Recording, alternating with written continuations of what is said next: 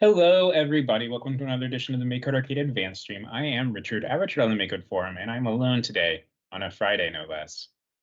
Yes, Joey and Thomas have chosen to abandon me, and I guess Sarah has too. I don't know. Sarah might show up. Who knows? Anyway, what are we doing today? Well, since I'm all alone, we're going to be working on something that I've been working on in my free time, which is, I really want to do a nice physics engine that has support for moving platforms in Arcade. And Joey and I started doing this for a hackathon project. It didn't work super well, our implementation. And so I have decided to, what if I started from scratch? Kind of what we did with our hackathon attempt was we started with the base Arcade physics engine and just kind of tried to alter it to add moving platforms in.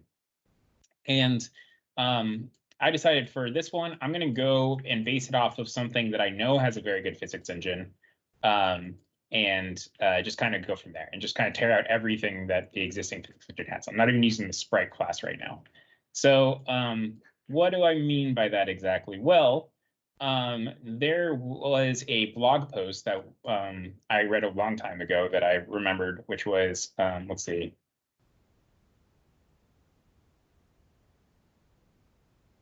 By Maddie Thorson, the creator of Celeste and Towerfall.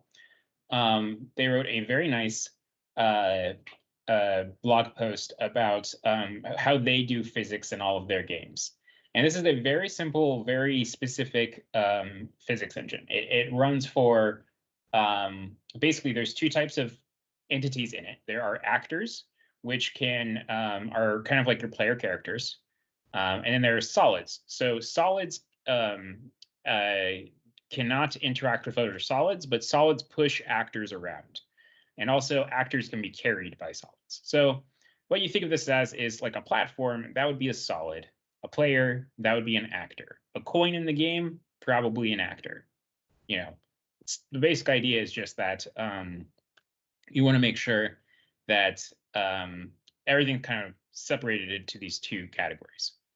And then the way that this physics works, basically, is, I guess maybe I'll talk a little bit how our physics engine works first. So in Arcade, when we do physics, we kind of move our sprites by a specified amount. We move them by more than 1 pixel at a time. So they can move by, however much velocity they have. We move them 1 tile at a time. So if there's a tile map, that will kind of cap how far they can move in each step of this algorithm I'm about to explain. But when they move, we want to make sure that they are never moving more than a tile, because we want to make it so that we can't skip over tiles, basically. But we do this move, we see if we overlap, and then we move back. All right. So our collision resolution is kind of to do the move, see if it fails, and then move backwards. The other thing that's kind of important here is that with sprites, our movement, hi Jedi, we let you have floats for your position. So, even though the screen is pixel based, we do everything with floating point numbers. And so that means you can get into some weird cases with, like rounding errors and things with our physics engine that, you might not want. So what does the Celeste engine do that's different? Well, first of all positions inside of the Celeste engine are integers. So the X and Y are always integer values. And movement that is subpixel, so less than 1 pixel, is basically kept inside of a remainder property. So if we go ahead and look at our actor class that I've already implemented, we have this X remainder and Y remainder. And these basically represent the floating point part of the position. Anonymous Jedi says, bro, you're making Celeste. Yeah, I'm making the Celeste physics engine, basically. So we store all of our positions as integers, and we store these remainder parts. Every time we move, we determine, has our X remainder or Y remainder finally spilt over into the next integer value? And if it has, then we will move 1 pixel at a time until that is back down to just the floating point component. So we are moving, but we are only moving 1 pixel at a time, and we're keeping X and Y always integers. The X remainder, Y remainder, those can be floating points. Now, the last thing here is that unlike in the arcade physics engine, where we do the move and then we move back if we collide, this time we check if we would collide before we do the move. So in other words, if we're moving to the right, 1 pixel at a time, and let's say there's a wall 2 pixels away, we will move 1 pixel, we'll move another pixel, and then when we go to move a third pixel, we'll say, okay, let me check before I do this move. Is there a wall there? Oh, there is. So I won't move then. Now, I think this is going to end up being a little bit less efficient than the way we do it, but we'll make it so that the collision stuff is much more solid, I think. So you can get into some really it's really hard to handle the edge cases when you're doing this move back thing that we do. We do it for performance reasons, but there are a lot of edge cases that are kind of involved in that type of movement. And the nice thing about this movement is that we don't have to worry about as many edge cases. It's really a clear cut. So I've already implemented this. We have right here, so we have an actor, which is this pink square. See him jumping around. And we have this solid, which is this moving platform. And you can see it's a moving platform. I can move around on it. I get carried by it. I get pushed by it. So if I go under here and then like start running into it on the bottom, it'll push me out of the way. And it's impossible for me to overlap with this thing because we have that constraint of always checking before we do the move so that we're never overlapping. So this is neat. But all I've implemented so far are these actors and solids. So having these platforms, having these players. I don't right now have support for something that's pretty important, which is tile maps. So I was trying to think about how to do tile maps in this model, because so we kind of have solids and we have actors. And the Celeste physics really thinks that, well, really bases all of the geometry on that these things are axis-aligned bounding boxes. So they're rectangles that are aligned either with the X or Y axis, So to make this be a tile map, we would kind of have to, let's look at a tile map real quick while we're talking about this. Go into assets, do plus, go ahead, add a tile map. And let's just make a ground tile, just be this white one. And then we'll make a background, just gonna be black. So fill that in and put in some stuff. Okay, so let's make some interesting shapes. And let's talk about how we would do this in this model. So we can't just, because we are having the hard assumption that we are always doing axis aligned bounding boxes. If we were to treat this tile map as one giant solid, its axis aligned bounding box is this. And obviously that's not the collision model we want. If you're over here, we want you to fall down. We don't want you to stand on top of this thing. So instead, we're going to have to break our tile map down into individual bounding boxes. So the simplest way to do this, but the very inefficient way, would be to simply go and for each tile create an obstacle that is this,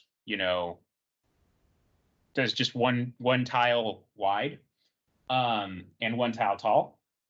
This would be inefficient because then we would be creating tons of solids. And if we have to loop over all of those things, we're going to be doing a lot of redundant checks to see if we, overlap with all of these different rectangles. So probably the better thing to do is to partition this thing into individual rectangles so that we can do it based off of that. So what we would do is say we have this object here. Well, we could divide this into 3 rectangles pretty easily. So we could do this one and this one and then this one. So that's one way to do it.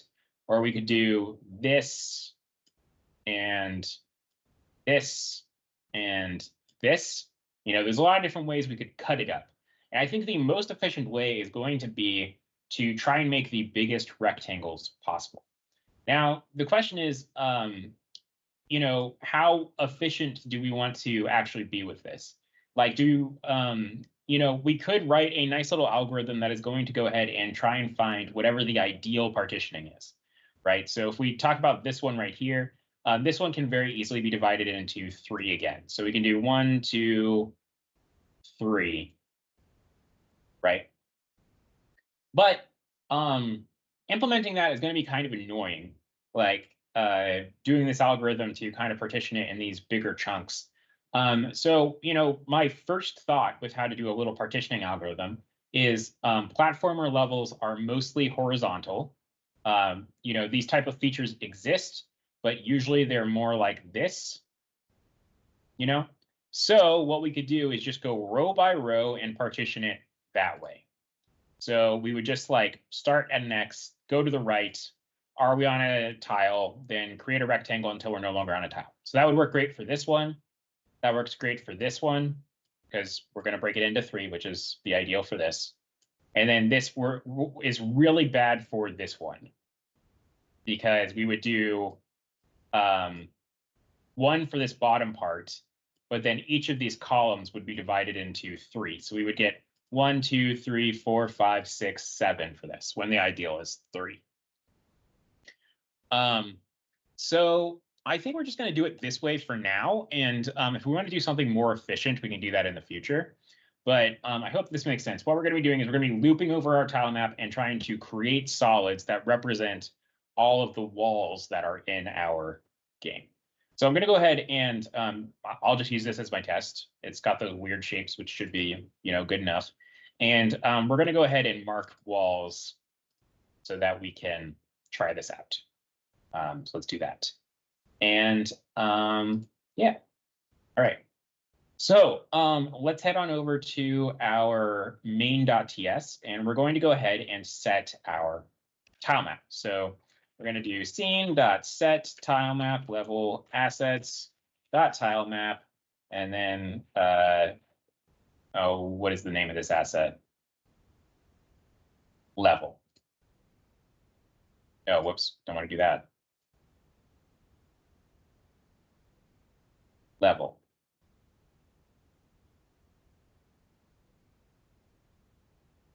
All right. There we go. Okay. I got a little level. And I'm going to kill this platform for now.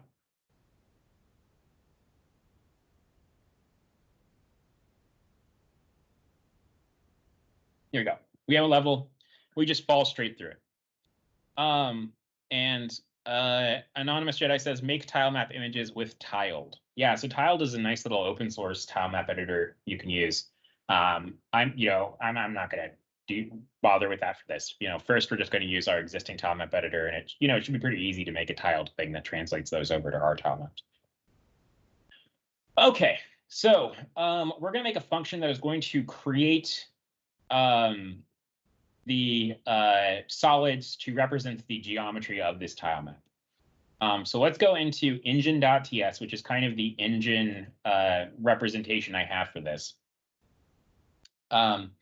And our little engine is currently just basically stores references for all of our actors and all of our solids. So I want to create a function in here that is going to take our tile map and create solids to represent all of the walls in our tile map. So let's do that. We're going to do function create tile map geometry. This is going to take in a tiles.tilemap data, which is our representation of a tile map. And we're going to do just our stupid algorithm for now. So we're going to do for let x equal 0, x is less than level.width, x++. For let y equal 0, y is less than level.height, y++. We're going to create a solid for each of these. So I'm going to store a variable here, which is going to be in platform, or I guess in wall is what we'll call it. Set that to be false. And then here we're going to say if level dot is wall xy, then we're going to say if not in wall equals true. And we should also probably store our wall start. So let's go ahead and do wall start equals 0. And we're going to do wall start equals x. OK. Next, we're going to do inside of the else for this is wall, we're going to do else if in wall. So if we find that it is not a wall, we've hit this else case, but we have been in a wall so far, then we're going to go ahead and create that solid that we want. So we're going to do const new solid equals new solid, and we want to pass in a width, which is going to be whatever the wall start is. So our x minus wall start times, got to put this in parentheses, times, well, actually, I'm just going to do right shift it by level dot scale. This is just a fancy way of multiplying by the tile width. So this will give us the right width. And then for the height, we're always just going to do one tile, which is going to be 1 times the tile width, like that. All right, we have our solid now. Let's go ahead and set its position. And the position is going to be, so we have our x, which is going to be wall start, again, times the tile width. And then our top is going to be the y times the tile width. So like that. And now solids automatically get added to the game engine when this happens. When they're created. So we don't have to do anything else with the solid in right here. All right, cool. OK, and now inside here, we're going to say in wall equals false, like that. Cool. OK, so the last thing we have to do is when we get to the end of our, oh, I realize now I should be doing this. I need to reverse these two. So I want the Y one to be the outer one because we're going horizontally.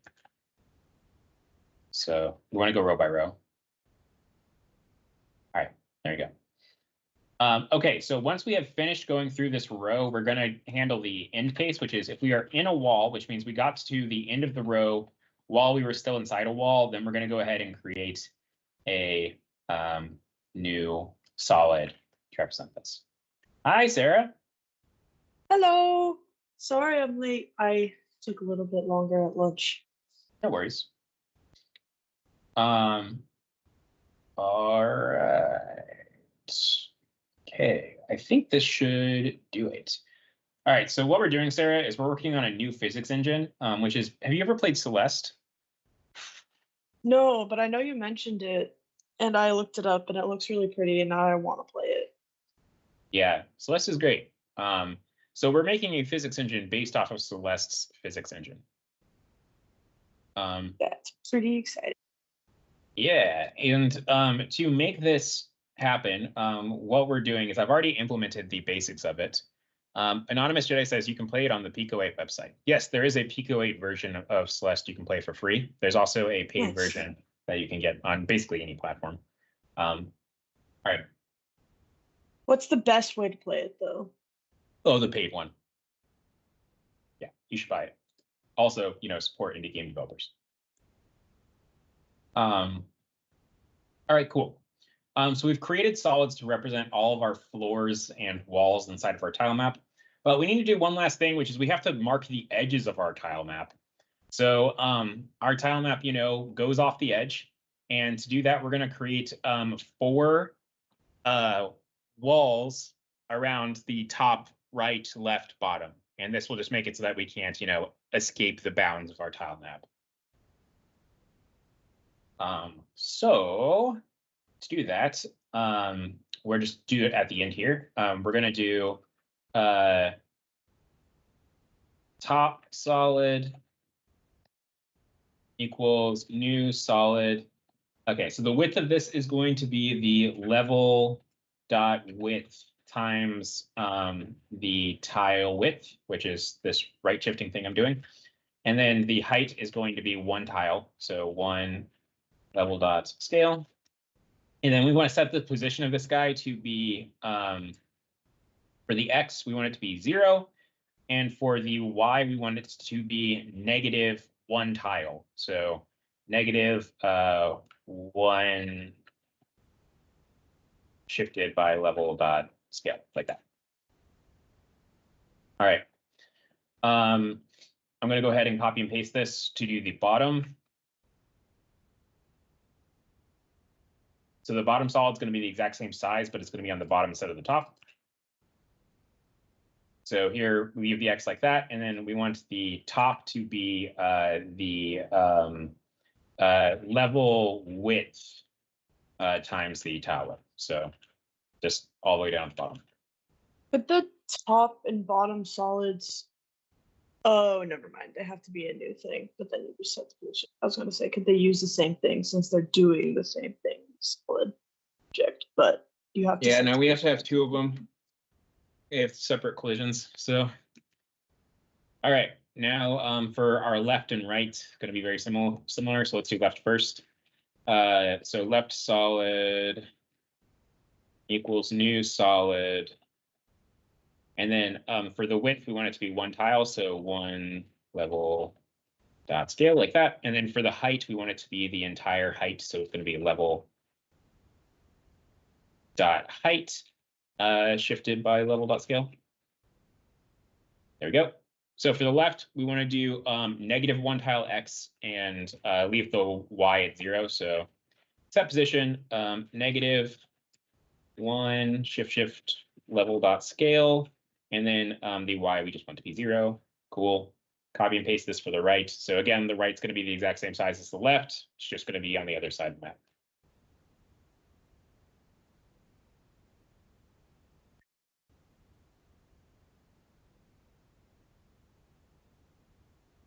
All right. And then instead here, we're going to do level dot height shifted by level dot scale. Okay. Let's call this function. So Hey, Richard, how many different physics engines have you made in Arcade? Oh, a bunch. Yeah. Most of them are just little one-offs, you know, but this is mostly just an experiment. But all right, there you go. Well, looks like we're kind of early results are good. So let's make it so our camera is following our player. Now this player is not a sprite. I'm not using any sprites right now, so we're going to just have to do it manually, but that's fine. So we're going to do a game.on update, and we're going to do scene.center camera at, and we're going to do this on player.left plus player.width divided by 2, and same thing for the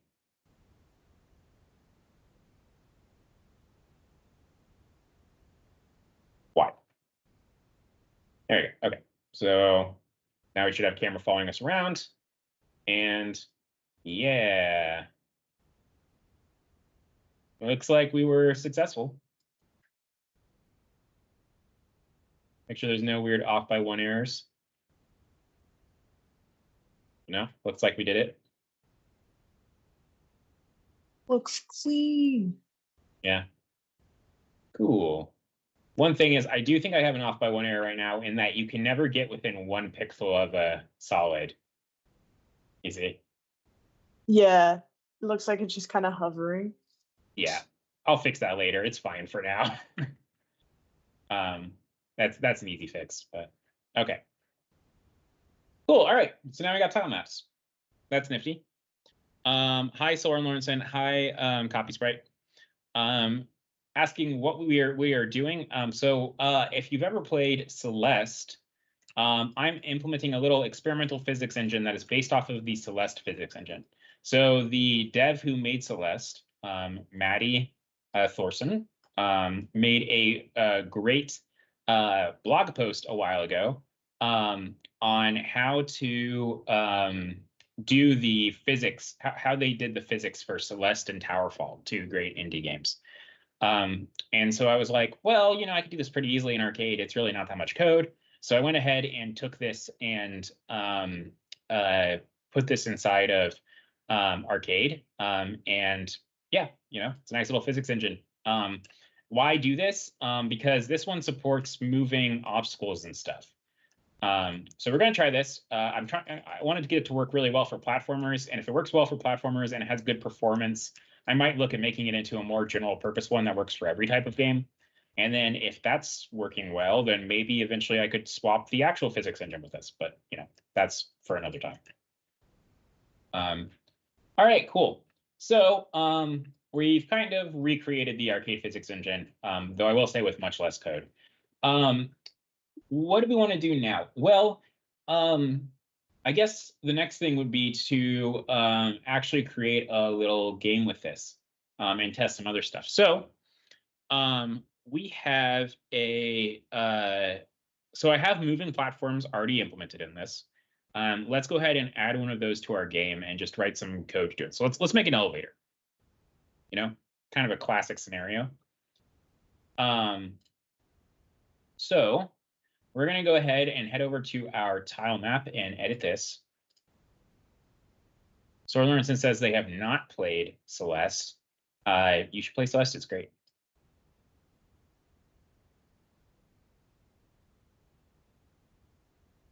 All right. So we're going to go ahead and create a little elevator level. So do this. This will be where our elevator is. Well, let's make sure we have a door.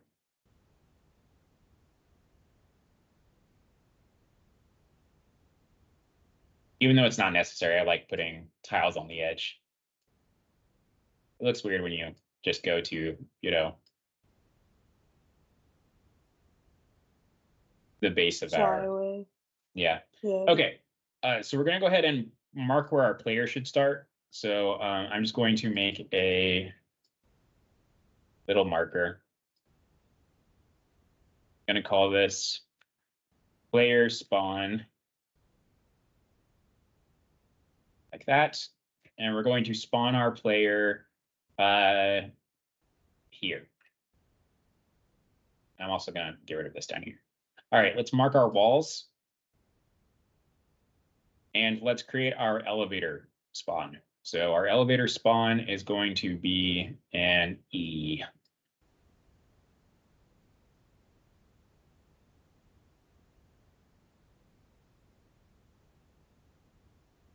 Cool.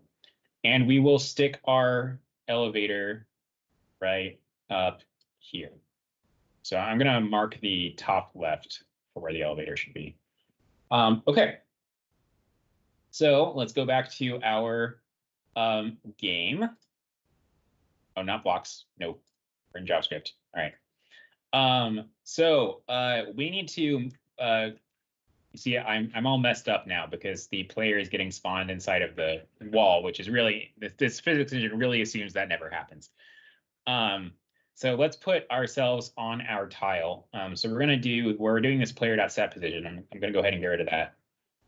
And we're going to do scene dot, or I guess it's tiles dot get tiles by type.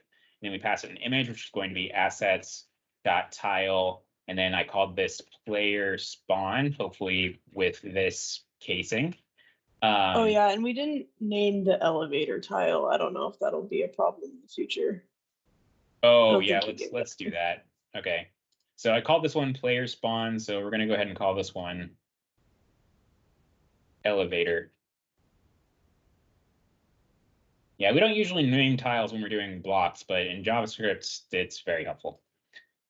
Okay, so we're going to get our player spawn tile like this and do const spawn equals this. And then we're just assuming there's one, so we'll just get the first one in this array. And then we'll do player dot left equals spawn dot x player Oh, right. I have to do player.set position. Player.set position spawn.x spawn.y, like that. Boop, there we go. Okay, so now we have our player starting in the right position, which is over here. Okay, so we want to create our elevator now. So our elevator is going to be, I think that's 4 tiles wide. So let's do right. const elevator spawn equals, do this same thing. Make this elevator like that. And we want to create our platform. So let's go ahead and grab this code.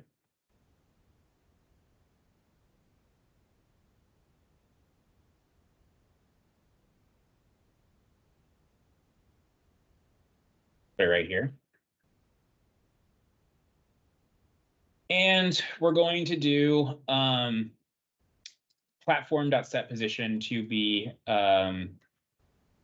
elevator spawn dot left elevator spawn dot top.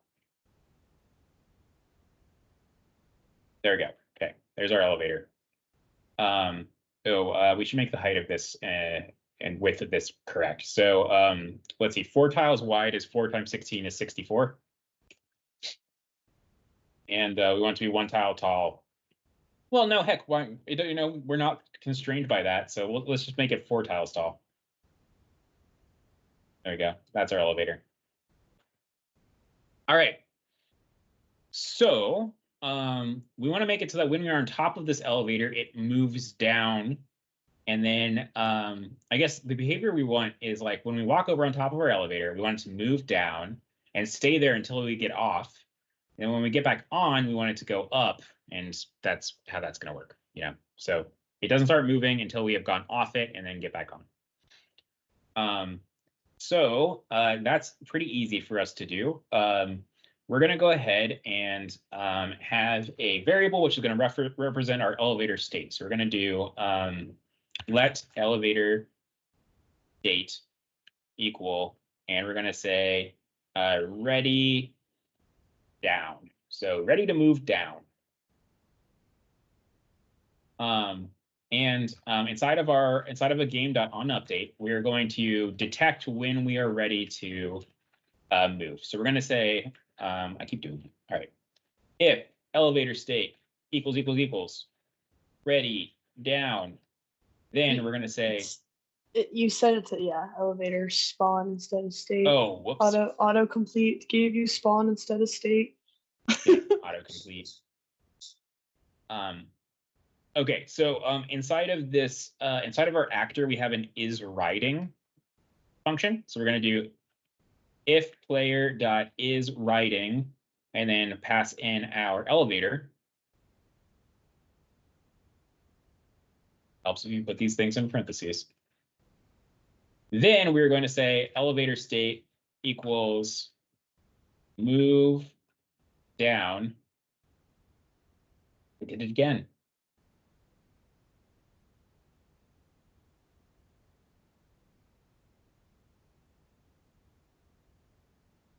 There we go. Okay. So then we're going to say our elevator state equals move down, and we're going to set our elevator's velocity so that we move down. So we're going to do platform.set velocity.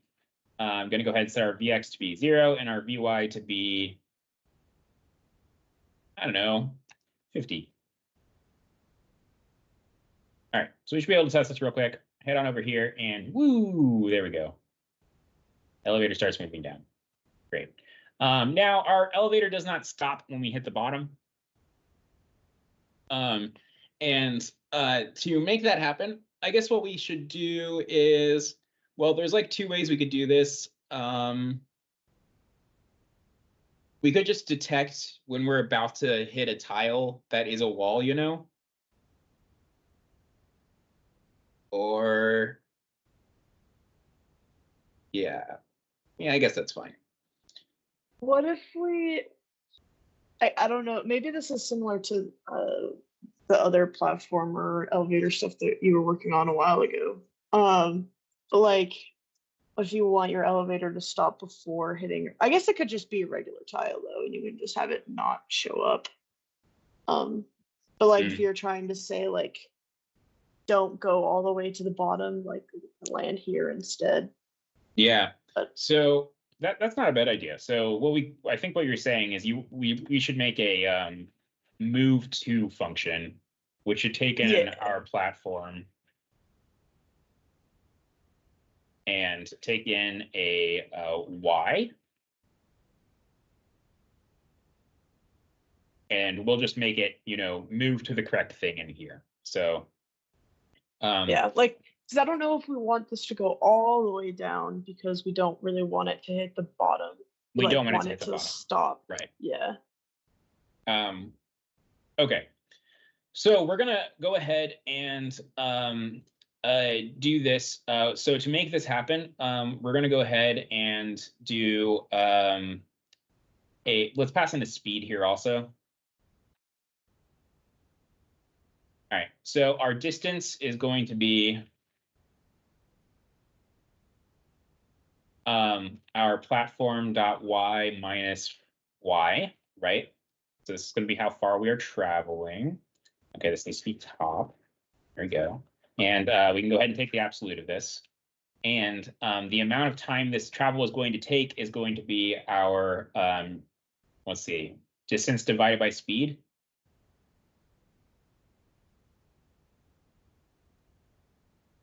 Wait, so speed is distance over time. So it should just be our distance times speed. No, distance divided by speed. It's distance divided by speed. I'm sure now. Okay. I haven't done these things in a really long time. Yeah, normally when I have to do something like this, I write it down on paper because fun math fact. If you're trying to do conversions like this, 9 times out of 10, if you just get the units right, it's the right conversion. So I just write distance over time and then speed, and we're like, okay, what do I have to do to cancel these out? And that was one of my hardest things to grasp when first learning physics, of like, just do math with units. I'm like, that makes no sense. And then I was like, oh wait, it does. Yeah. That's very helpful. Okay. So we're gonna say if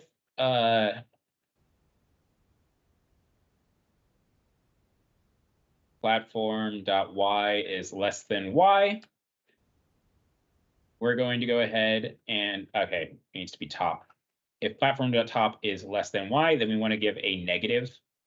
No, we want to give a positive velocity. So we want to say platform.set velocity 0 and pass in our speed.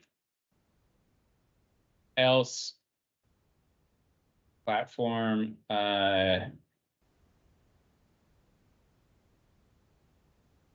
platform.set velocity 0 negative speed, like that. And then we want to do a pause for the amount of time. And then we want to do platform.set velocity 0 0. So just clear our velocity and do platform.set position platform.left and y. Okay, so this last bit is important just to correct for any error, so we snap to the right position at the end. Though, we will actually, so actually I don't want to do this set position because this will teleport us. So instead what I'm going to do is platform.move. So this takes in an X move and a Y move.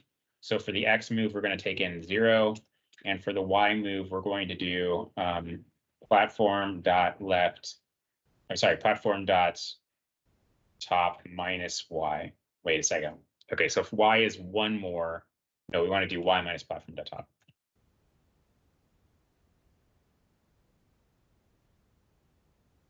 Okay, so set position in this little physics engine ignores physics, so it won't push anybody around. But move will do physics, so it'll make sure that if anyone's riding on it, they'll stay riding on it. All right, cool. So go ahead and do that. We're going to move into this move down state, and then we're going to do a set timeout so that we're running async.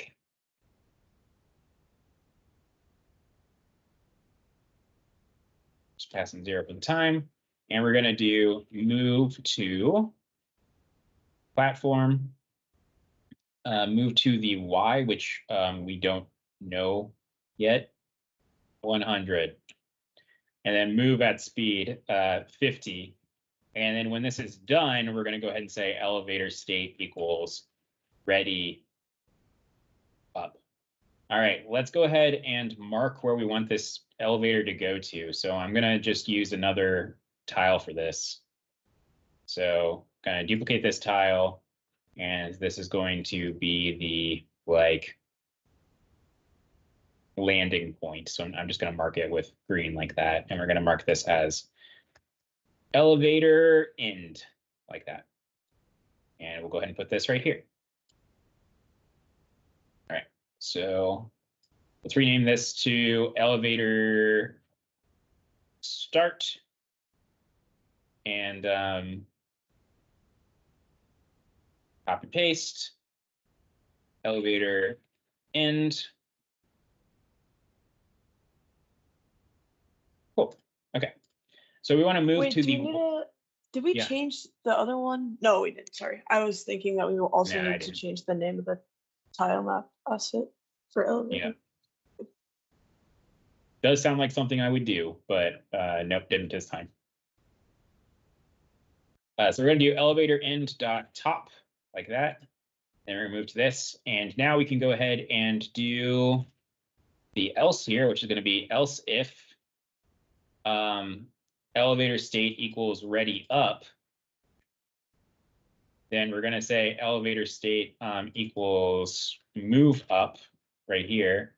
Oh, get rid of this set velocity. We don't want this anymore because we have our, oh, whoops, because we have our move function. There. Go ahead and change this to ready down and make this 50. Make this elevator start dot top. Like that. All right, let's try it out. Woo, down we go. And up we go. And down we go. All right, we got an elevator. That's cool. So we want it to not do this behavior, that we don't want it to immediately go down. We want it to hold once we're at the top, or hold when we're at the bottom, and then, you know, go down instead. So to do that, we're going to go ahead and take this and let's see. Hi, Brohan.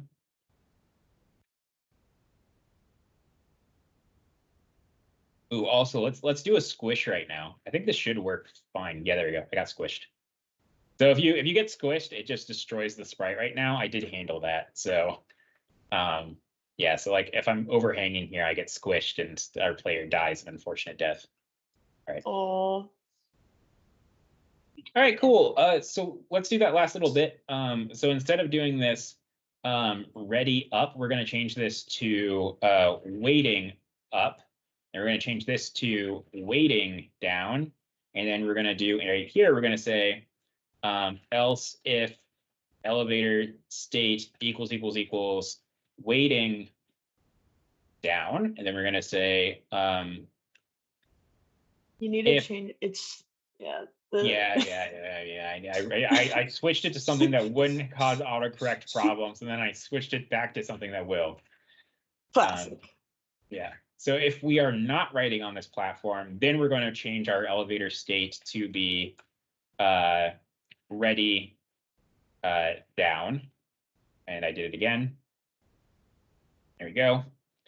And then we're going to go ahead and do the opposite. So waiting up, change it to ready up. Okay, so let's see if that did it.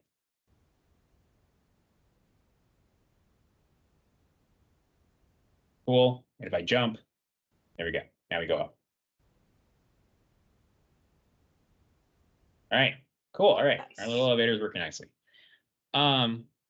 Anonymous Genocide, could you help me with my code at some point? Yes, please. Go ahead and send your code across. Sarah will give me the link and I'll take a look at it. All right. Last thing I want to do for this stream is we're going to do some stress testing. All right. So right now we're creating 1 player. What happens if we create 100 players? So let's go ahead and do for let I equal 0. I is less than 100, I plus plus, P equals, we'll do const P equals new platformer actor 4, and we're going to go ahead and do P dot set position to be spawn dot Y. Let me go ahead and move this down like that. And then we want to just give a random X. So we're going to do spawn.x plus math.random. And we're going to do, well, let's do randint actually. So we'll do randint 0 to 500. I don't know. So we'll just create a bunch of guys. Ooh, look. Oh, whoops. Sorry. Got to swap those args.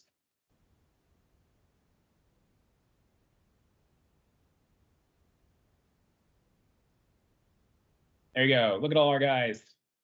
Whoa, all right. That does not. Oh, no. Yeah, okay.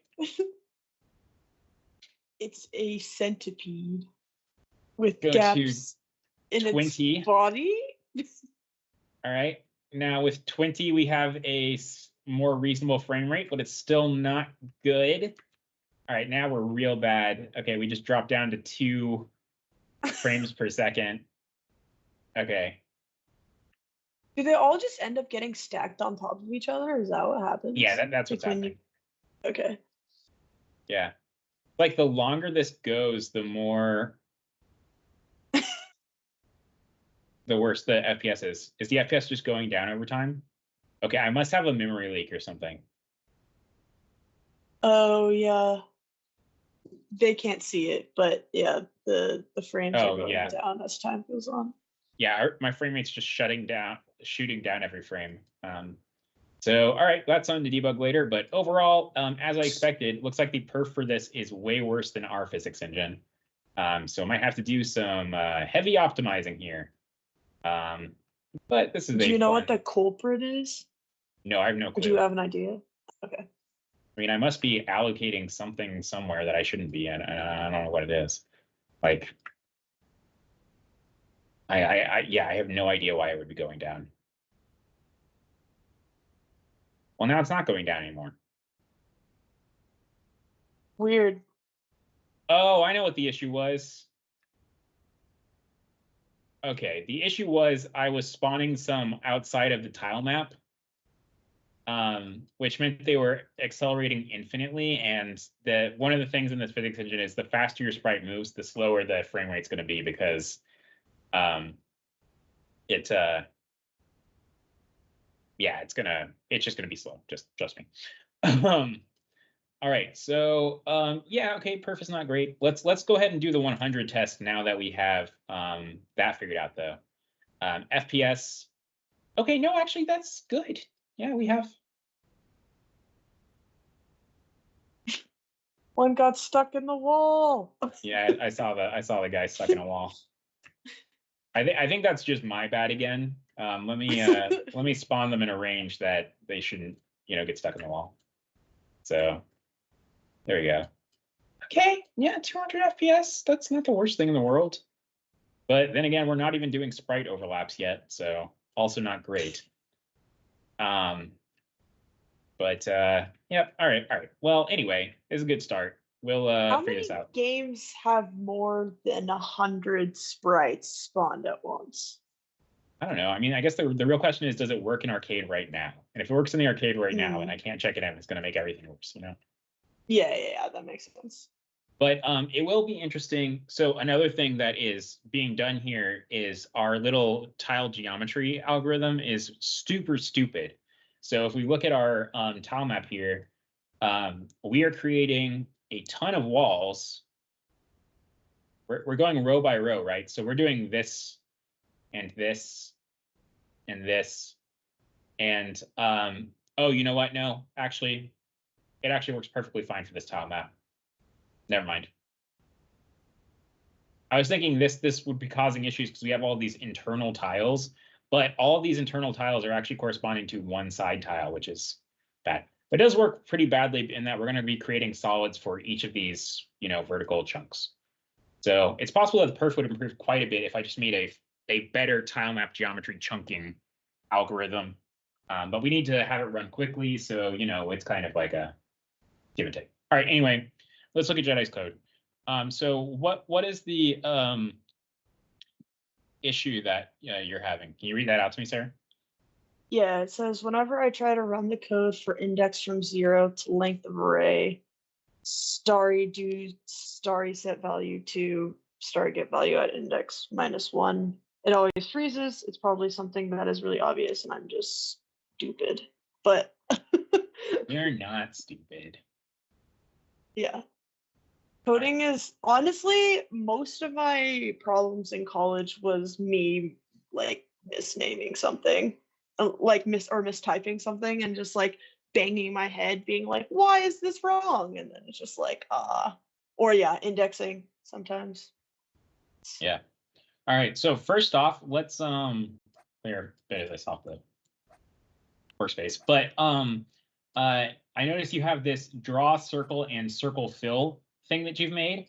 So just so you know, Joey's arcade sprite util extension has all of these three things that you have made. So draw transparent image. There you go. Oh, actually, you're using sprite utils. They just don't decompile properly. Oh, I see. Never mind. This isn't your fault. I'll talk to Joey about fixing that. All right. So anyway, let's look at your code. So it looks like we're getting frozen. Jedi said in the chat too that it's not in any code, it's disabled currently. The problem with the indexing. Oh, then I shouldn't have deleted all that code.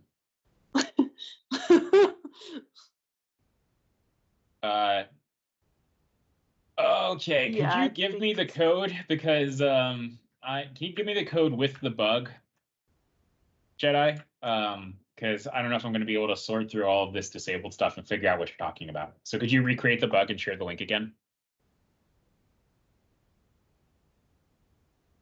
They want the stars to move up, but the code I made makes it freeze.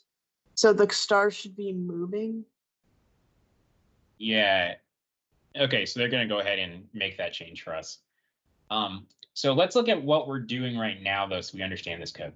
So we have a star X array. We have a star Y array. We're repeating 50 times. We are adding a random number to our star X and star Y. So we're going to have an index, and that's going to represent a star. So every index will have an X and a Y.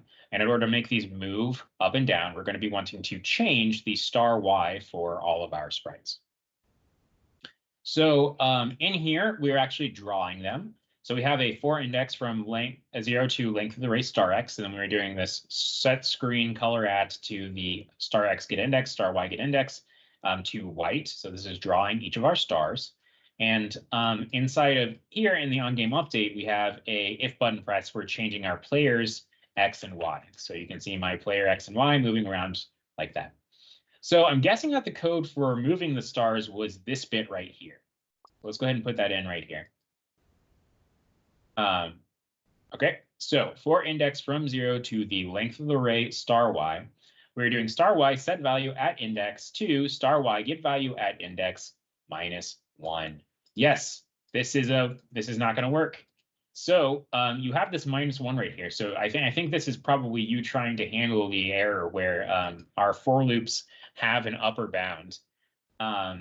Which includes this. So what you actually want to do is you want to take this -1, you want to put it inside of this length -1, and then, oh no, sorry, this is actually just changing the value. Okay, never mind. Right, okay. So set value at index to star Y minus index. Yeah, okay, well, anyway, my fix is going to be the same. Pretty sure your error is that you are just not doing a -1 on your length of the array.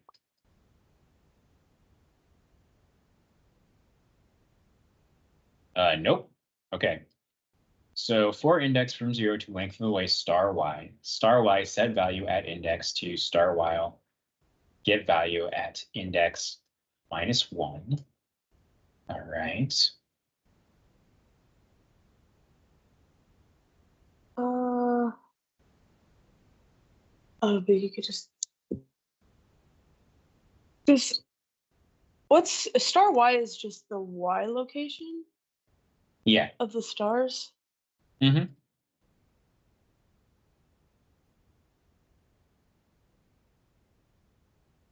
Invalid array length.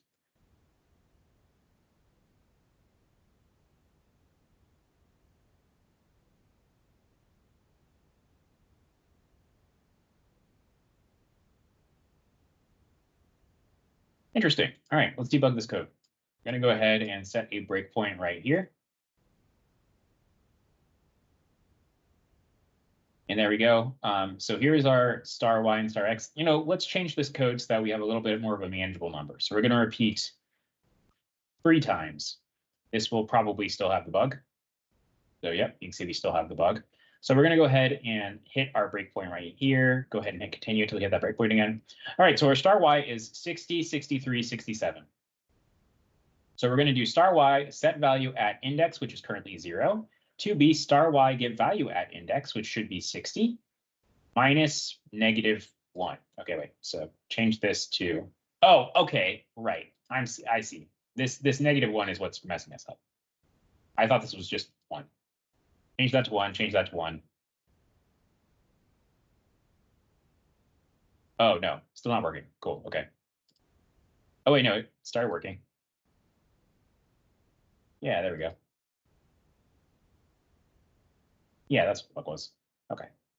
So what was the issue? Our for loops in Arcade have an inclusive upper bound. So if you put in the length of the array, you're going to get an invalid thing. And you can actually see we're still getting an invalid thing because right here, this one is length of array star x. And this is making us go 1 beyond the length of our array. So we're trying to set it with an undefined x and undefined y. And that is why you have this 1 pixel right here, which is never changing. And that is because we are doing that. We have that off by 1 error. So whenever you're doing length of array inside of a for loop, the takeaway here is just subtract 1 from the length. So we'll do that right here. Do the subtract, and we should see that guy disappear. Yeah, gone. All right, cool. But we're not done yet. Let's actually make these guys loop because I think that's what you want. So to make this loop, what we're going to do is we're going to say right here, if star y get value index is less than 0, set value to plus screen height.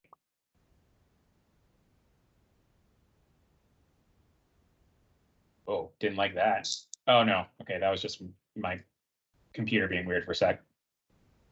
All right, there you go. Now you got looping. So whenever 1 goes to less than 0, that means it's off the top of the screen. We add the screen height, and then it gets looped around. All right. Nice. Okay, hope that was helpful. And that's it. Thank you, everybody, for tuning in.